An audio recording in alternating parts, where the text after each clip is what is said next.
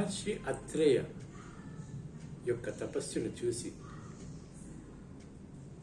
భగవంతుడు శివుడు ప్రసన్నమై ఆయనకి ఒక కొడుకు ప్రదానించినాడు.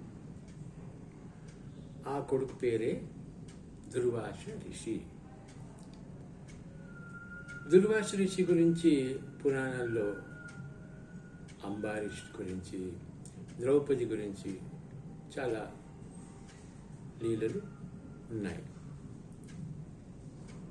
అయితే దుర్వాస మహర్షి రుద్ర అవతారం కాబట్టి ఆయనలో రౌద్రము తప్పకుండా ఉంటుంది. చాలా తొందరగా ప్రసన్నమవుతాడు, కానీ చాలా తొందరగా కోపం కూడా వస్తుంది ఆయనకి. అప్పుడప్పుడు 1000 మందికి పెట్టే భోజనం ఒక్కళ్ళే తినేస్తారు. అప్పుడప్పుడు చిన్న పిల్లవాడు తినే అంతకంటే తక్కువ తింటారు. అయితే ఒకసారి దుర్వాస ఋషి లోకంలో నాకు ఉండడానికి ఇల్లు ఇవ్వండి అని అడుగుతూ పోతారు. అయితే అందరూ భయపడతారు. ఎందుకంటే దుర్వాస ఋషి ఎప్పుడన్నా కోపగించుకోగలుగుతారు అనేసి ఆయనకి ఇల్లు ఎవరు ఇవ్వరు. అయితే తిరుగుతూ అతను ద్వారకాపురి వస్తారు.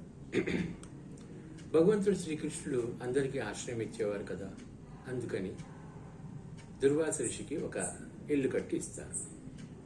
దుర్వాస ఋషి అప్పుడప్పుడు చాలా భోజనం చేస్తారు. అప్పుడప్పుడు రాత్రిపూట 12ంటికి కూడా వచ్చి అన్నం వండమని చెప్తారు. అలా చేస్తూ ఉన్నారు. ఒకరోజు దుర్వాస ఋషి తన ఇల్లుని కాల్చేస్తారు, కావాలని నష్టం చేసిస్తారు. తర్వాత భగవంతుడు శ్రీకృష్ణుడి దగ్గరికి వెళ్ళి నాకు పాయసం తినాలని ఉంది అన్నారు. భగవంతుడు శ్రీకృష్ణుడు రుక్మిణి వైపు చూస్తారు. అప్పుడు రుక్మిణి గారు బంగారు పళ్ళెంలో పాయసం తీసుకుని వస్తారు.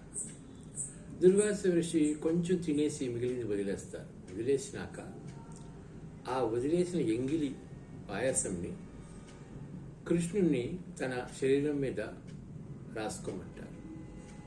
మరియు రుక్మిణిని కూడా. వారు అలాగే చేస్తారు.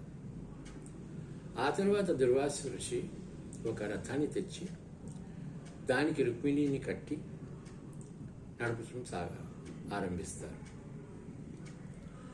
రుక్మిణి గారు అలసిపోయి పడిపోతారు. అప్పుడు దుర్వాస ఋషి ఆ రథం నుంచి దూకి పారిపోవటం మొదలు పెడతారు. అయితే భగవంతుడు శ్రీకృష్ణుడు ఆ దుర్వాస ఋషి వెనకాలే పెరుగుతూ మహర్షి దుర్వాస ప్రసన్నం అవ్వండి, మహర్షి దుర్వాస మీరు ప్రసన్నం అవ్వండి అని అడుగుతారు. అప్పుడు దుర్వాస ఋషి ఆగి భగవంతుడు శ్రీకృష్ణుడిని చూసి చాలా సంతోషంతో అంటారు, మీరు మీ క్రోధాన్ని జయించారు, కావున నేను ఇవాళ మీకు వరం ఇవ్వదలుచుకున్నాను. మిమ్మల్ని ఈ లోకంలో అందరూ చాలా ప్రేమిస్తారు. మీరు సర్వ ఆకర్షకులు అవుతారు.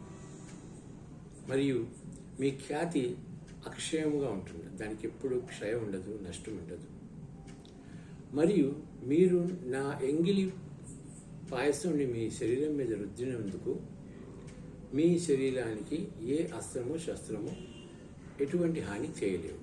కాకపోతే మీరు మీ కాలి యొక్క కింద భాగాన